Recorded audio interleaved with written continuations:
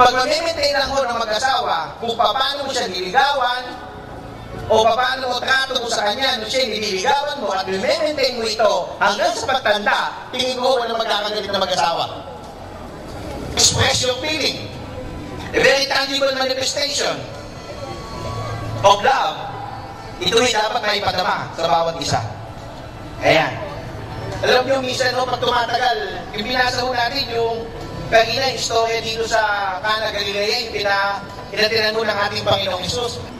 Yung unang alak, ang inihain, pero pagdating sa dulo, pinakamasarap. Why? Because nakuno si Jesus.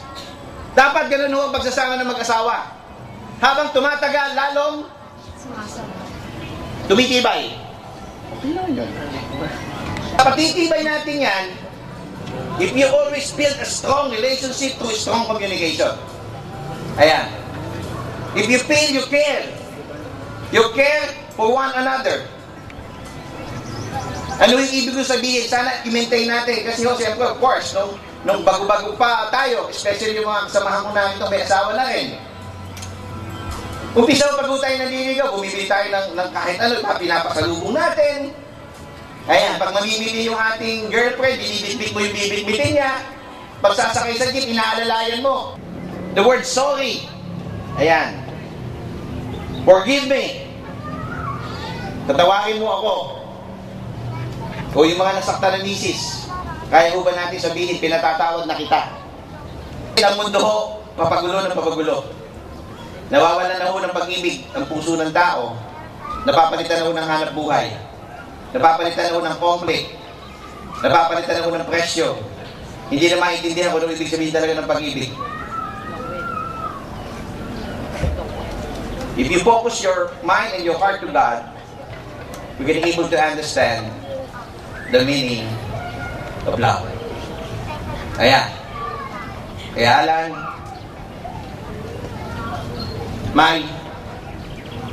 you need to build strong relationship first with God. You need to care for one another. Yung tangible manifestation of care. Kung ano alam yung ginagawa mo ngayon, huwag mong babawasan. Nagdagan mo pa kung maaari. At makikita nyo, magiging last and strong relationship. I'm not telling na walang dadaan na bagyo. Wala namang ganong relationship. But I will tell you, be strong. And lastly, you need also to build a strong relationship with the people around you. Hindi mangyayari sa inyo sa hinaharap, yun yung bunga ng gagawin nyo. Kung ano mangyayari sa dalawang pag-inang ito yung tama kung maging gagawin nyo. Ayan, hindi nyo mabibuild yung good relationship between the family of Valdez and Abenio. Kailangan si Alan lagi babakap sa pamilya mo. Ganon din naman si Mai. Ibabakap po rin sa pamilya mo. Huwag kayong magsasalita ng mga negatibo. Why? Kasi masasaktan yung bawat pamilya nyo. Kung ano nakikita mo kapintasan ni Alan, just isin mo yun. Kasi kung namili niya ganun ka din Alan. Okay. Kung si Alan, halimbawa, 3 beses na maligo sa loob sa linggo, huwag mo sasabihin sa kabila. O si May naman nagluto ng sinigang, naging adobo. Huwag mo sasabihin sa kabila. Kaya Alan, May, I pray that a strong relationship between you and God, between both of you, and between people around you, ay mapatibay nyo sa mga darating pang panahon. Happy and a godly family.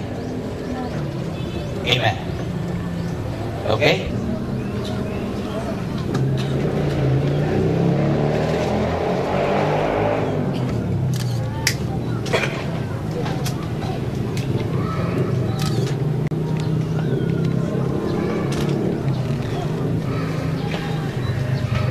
Okay, thank you.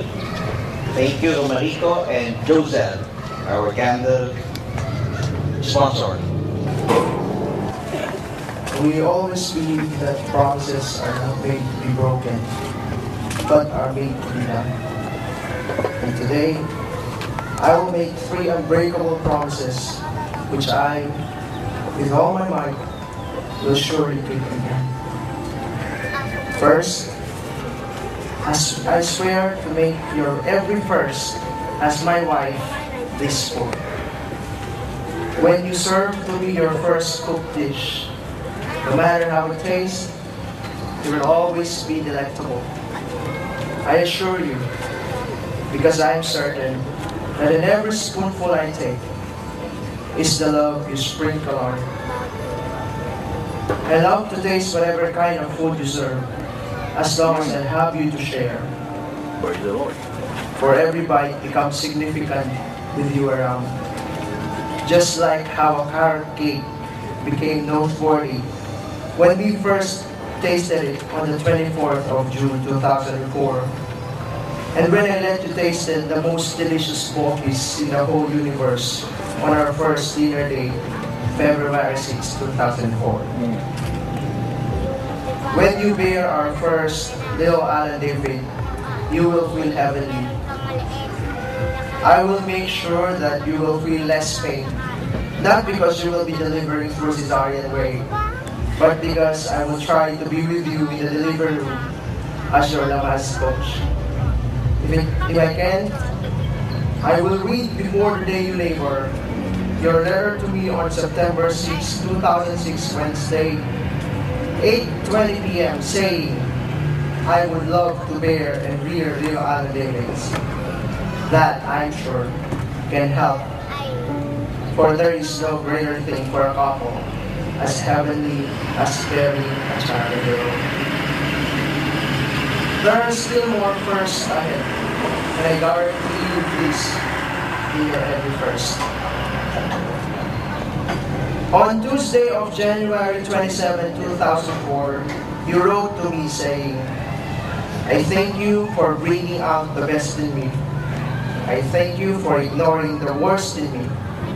I thank you for loving me for what I am and for what. With that comes my second vow. Me, I promise to shower you love, whatever you may become. I will still admire you even when you get heavy. Admiration that is no less than how much I admire you today. I will still adore you even when you grow old and your makeup can no longer hide your wrinkles, just as much as how I adore you in your youth and even without your cosmetics on. Even when you are not wearing them. I will love you in your finest and even in your nastiest, just as much as I love you in my best, just as much as you love me in my best and in my worst. And lastly, I keep my words in telling that whatever happens, I will keep and never lose you, for you are all to me.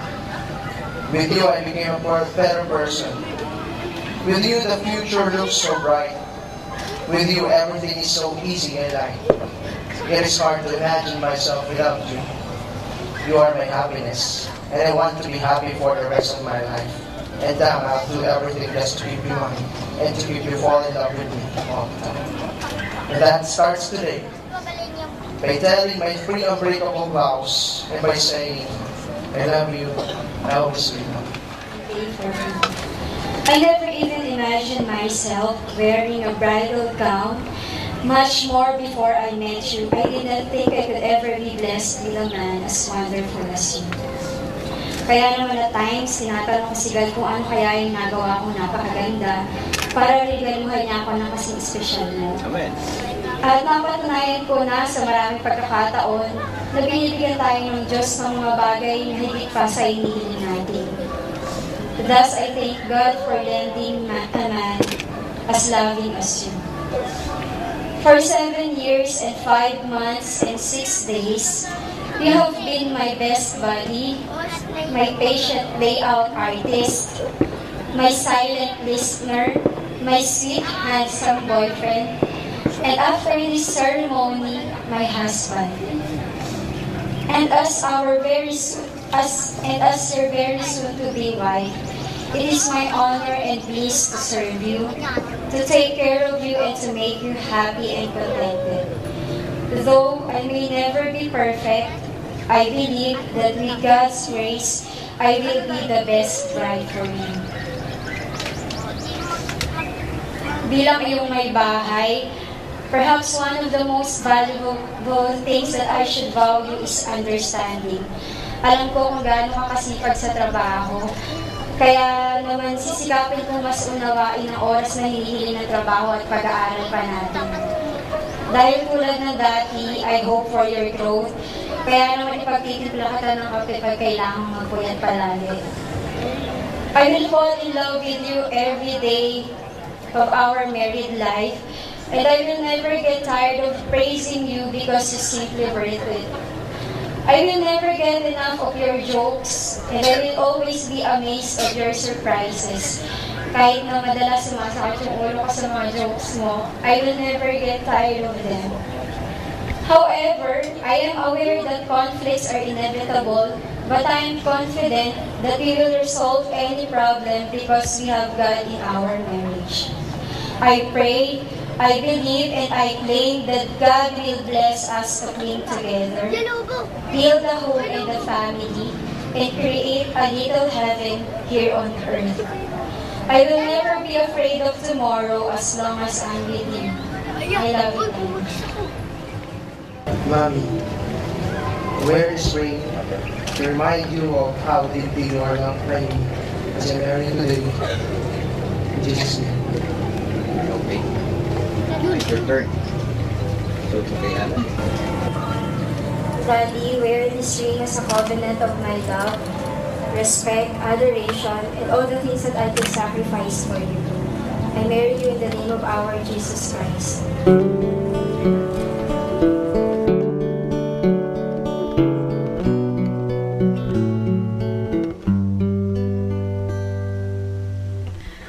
Lying in my bed, I hear the clock tick and think of you, turning in circles. Confusion is nothing new. Flashback to Ang Biblia ay salita ng Diyos, of course. Tanggapin ninyo ang kaloob na ito bilang isang matibay at matatag na pundasyon ng inyong pagsasama. Naway ito'y maging ilaw sa inyong tahanan, bukal na kalakasan at pag-asa sa buhay at sandigan ng pagmamahalan. times you picture me, I'm walking too far ahead. You're calling to me. Ang aras ay simbolo ng pagpapalang nagmumula sa ating Diyos. Ito ay binibigay ng lalaki sa babae bilang isang pangako na ang lahat ng kanyang ari-arian at tinatangkilik ay magiging pag-aari nilang dalawa. Ibig sabihin, kung ikaw, kung ano man yung pag-aari mo, ganun ka din ba, ito ay conjugal na. Ayan, ano man ang asyenda mo, ito ay kay Mike na rin. Ano man ang mga naipon mo sa bangko, ay kay Alan na rin. Kaya lang, may utang ka Alan, kasama mo rin siya. Ganun ka rin. Wait, okay. Hallelujah. Ito rin ay isang pangako na mula sa araw na ito, ang lalaki na ang tatangkilik sa babae at buong pagsisikap na bubuhayin niya ang babae. Tanggapin ninyo ang simbolo ng pagbabalang ito. If you fall, I will catch you. I will be waiting time after time, time after time.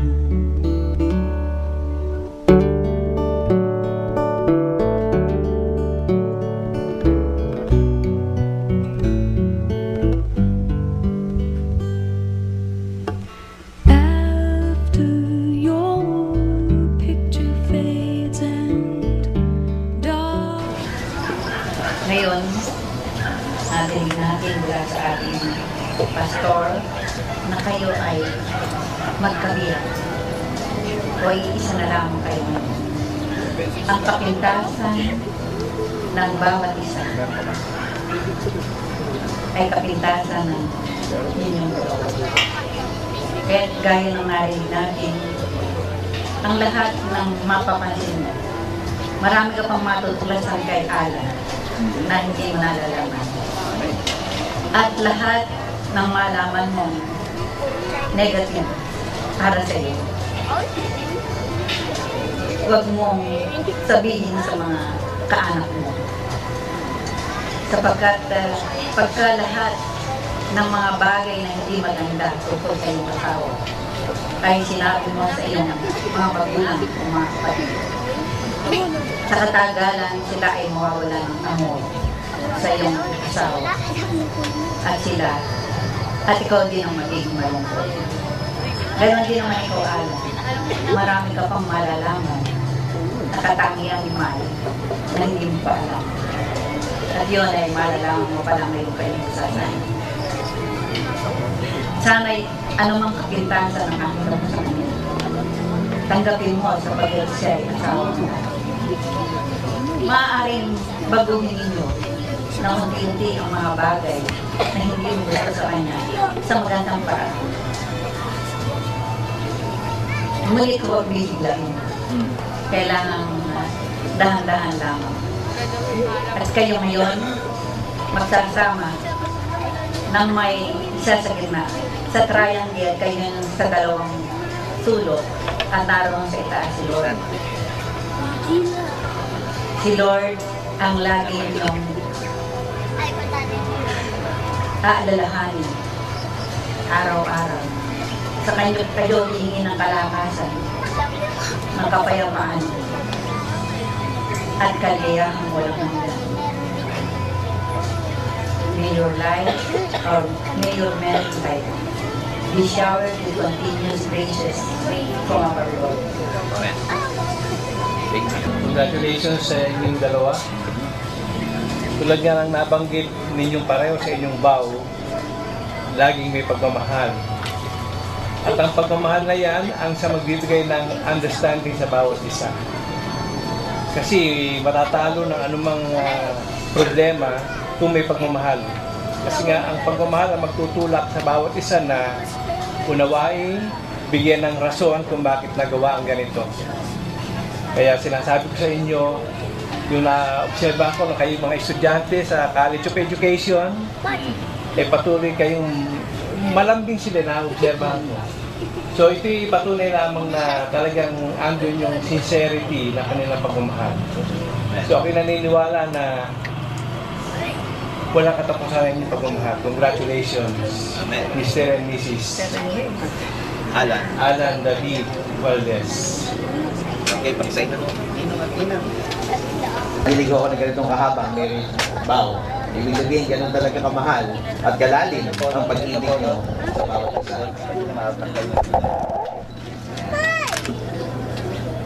Okay, may I now call the other set of Ninong and Ninang.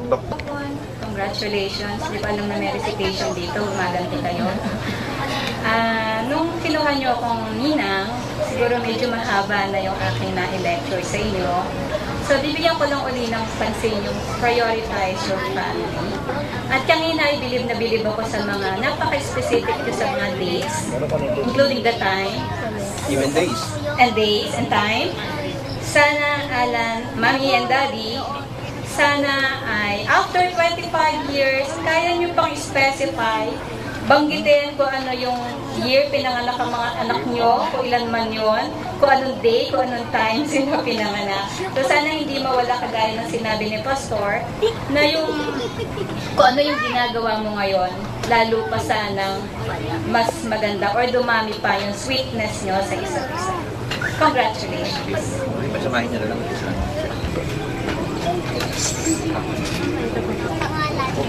I think you are very compatible. In the sense that you have both a very photographic memory. Even days. You can even detail the significant events. So I believe that the best thing to study the future is to study the past. So good luck and God bless. Amen. To Alan and Mary, ang advice ko, let the God be the center of your life to have a long-lasting love.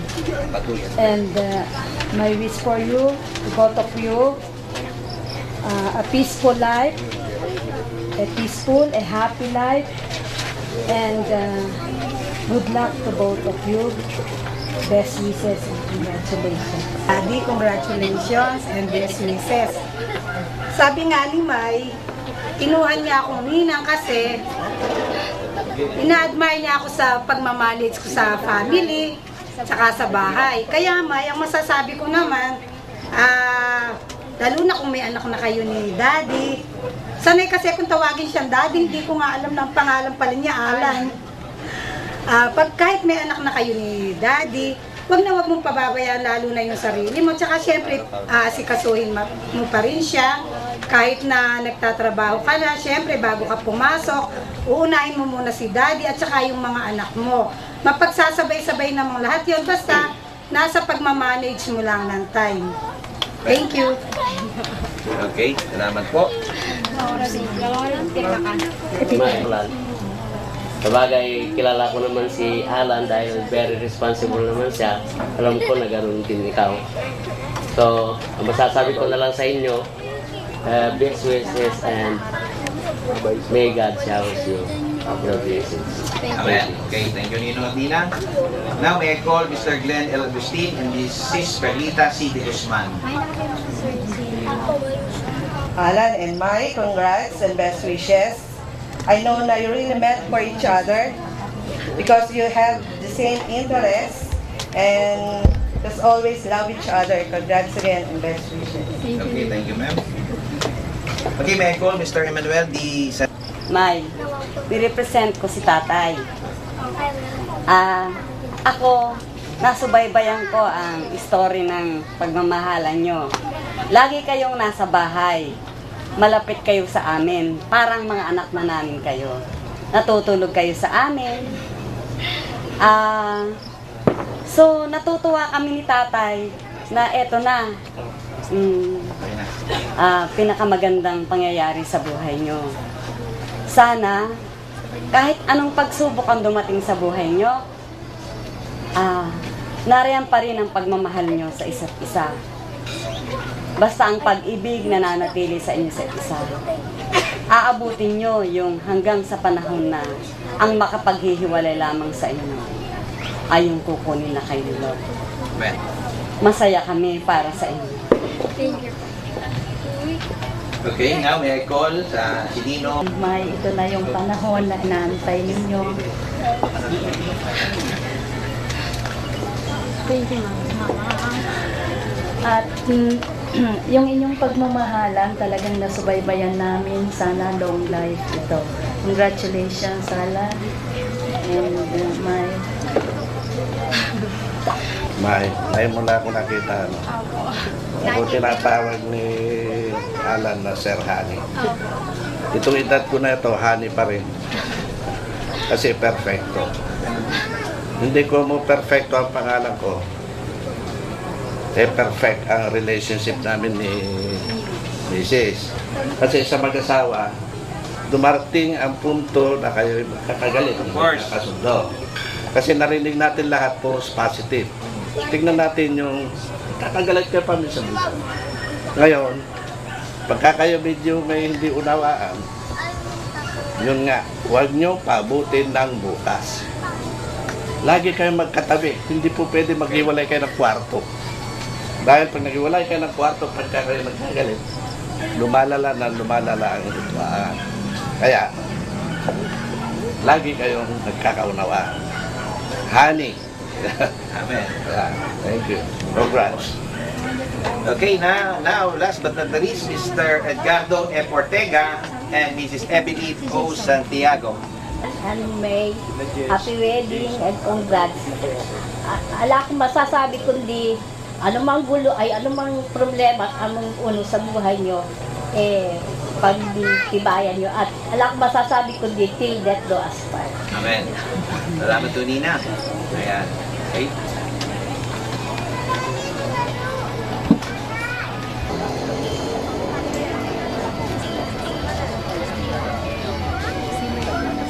Okay, thank you Nina. Okay. Sa mga napiling ninong at ninang, ako ay naniniwala, kayo ay pinili ng mag-asawang ito at ng mga magulang nila sapagkat sa inyong mga payo, pagsubaybay, I believe na kayo ay bukas palad na sila po ay inyong tutulungan. Now, sa mga magulang naman ho ni Alan at ni Mai, sa totoo lang ho ay hindi nabawasan ng iyong pamilya bagkus nadagdagan po ito. Pabayaan niyo silang malayang makapag-isip sa sarili nila, ngunit kayo nasa kanilang likuhan upang sila ay gabayan at subaybayan sa mga darating na panahon ng kanilang buhay. Kaya pwede ho ba sa isang magulang ni Alan o ni Mai, pwede ho bang salita para sa mag-asawang ito? Okay, unahin na ho natin yung sa family ni Alan. Kay Nan. Sasabi ko lang ho, kay Alan wala akong naging problema dyan. Wala ako nang lumaki. Oh. Sana po, ano man ang problema ng mag-asawa, pero tasin po nila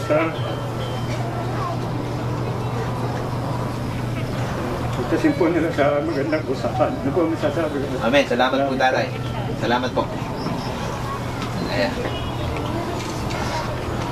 Ayan. Talaga naman. Praise the Lord.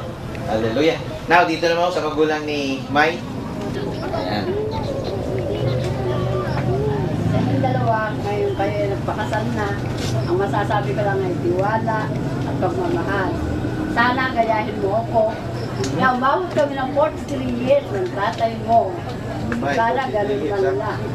Sana maligit ang paninyo. Amen. Okay, salamat po, nanay. Ayan, okay, palakpakan mo natin yung mga magulang ni Alan at saka ni Mai. Okay, now, Mai at saka Alan, kayo naman ang pagbibigyan ko na publicly. Sa nanay ko, sa tatay ko, thank you kasi siyempre, wala ako sa mundo ito pag wala kayo. At kahit na maaga kami pakasal. Siyempre, tutupad ko yung mga responsibilidad na kailangan patuparin. Thank you po. Okay, now, Kay nanay sa kay tatay.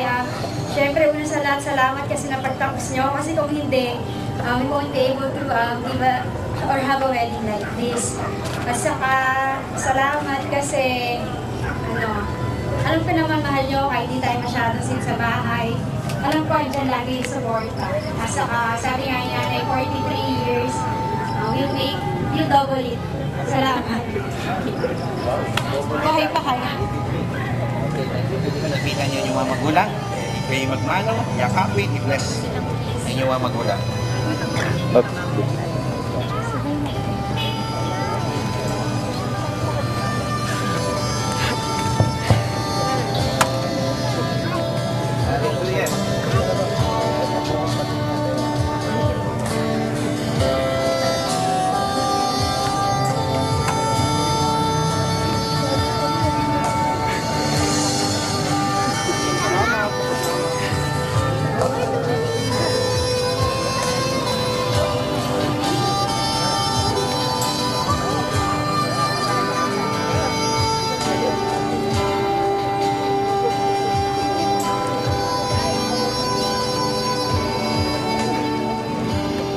We like it or not, sa pagsasama ko ng mag-asawa, there are time of discouragement, there's a time of